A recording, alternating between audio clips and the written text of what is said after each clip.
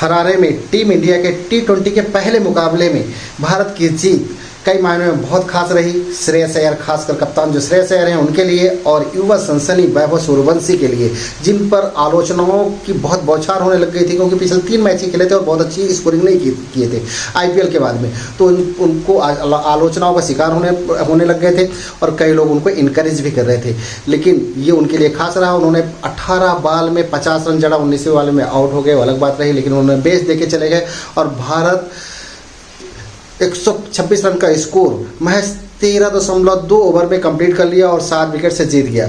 इसमें खास कर ये रहा कि श्रेयस अय्यर जो पिछले कई मुकाबलों से लगातार हारते आ रहे थे, मतलब 6 मुकाबले हार गए थे, एक बेनतीजा रहा, मतलब वो पानी के चलते कैंसिल हो गया था, बारिश के चलते पिछले 6 मुकाबले में वो हार गए थे।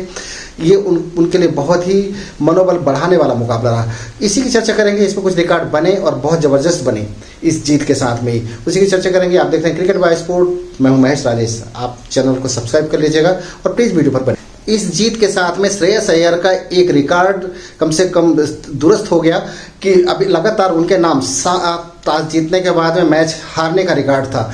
7 टॉस जीत चुके थे, जिसमें 6 मैच हार गए थे और एक बेनतीजा रहा था कि एक कैंसिल हो गया था।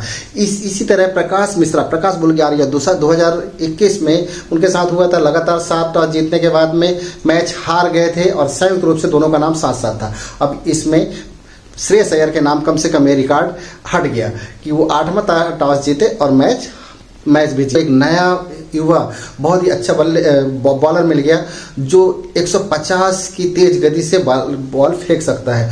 उन्होंने अपने पहले बॉल में ही विकेट ले लिया।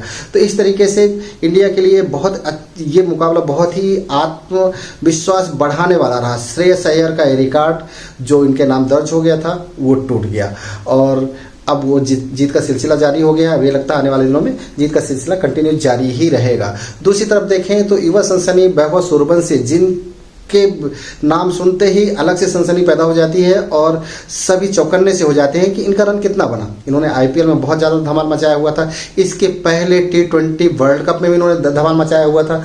80 बॉल में 175 रन बनाए थे इसी जिम्बाब्वे में उन्होंने। तो उनके नाम से ये था कि सबको लगा हुआ था कि क्या करेंगे, इस बार भी ऐसे रहेगा, क्योंकि पिछले 3 मुकाबलों में उनका कुछ खास नहीं रहा। 9, 12, 13 और 15 रन ऐसा कुछ करके स्कोरिंग उनकी रही। बहुत अच्छा रन नहीं स्कोरिंग कर पाए थे।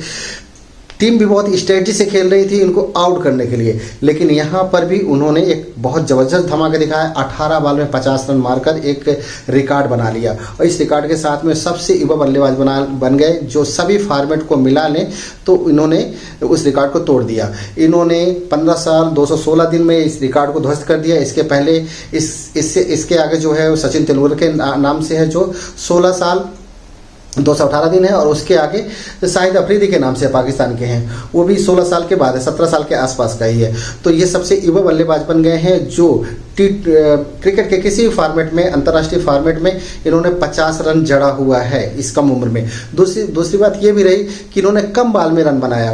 टीम इंडिया को बेच दे गए 18 बॉल में 50 रन बनाकर एक बेच देकर चले गए, जिससे टीम इंडिया सिर्फ 13.2 ओवर में ही इस मुकाबले को जीत गई और लगभग 40 बॉल पहले ही जीत गई। इसके पहले टीम इंडिया का और रिकॉर्ड है, जब एक न्यूजीलैंड के अगेंस्ट में टीम इंडिया ने 154 रन का टारगेट सिर्फ 11 ओवर में पार कर लिया था। तो अभी इसके पहले भी रिकॉर्ड है, लेकिन ये रिकॉर्ड खासकर वैभव सूर्यवंशी और श्रेयस अय्यर के लिए खास रहा कि उनकी कप्तानी में पहली जीत मिल गई T20 में और वैभव सूर्यवंशी सबसे युवा बल्लेबाज बन गए जो 50 रन किसी फॉर्मेट में जड़े हों। ये हमारी छोटी सी जानकारी रही। कमेंट करके अवश्य बताइएगा। नमस्कार, धन्यवाद।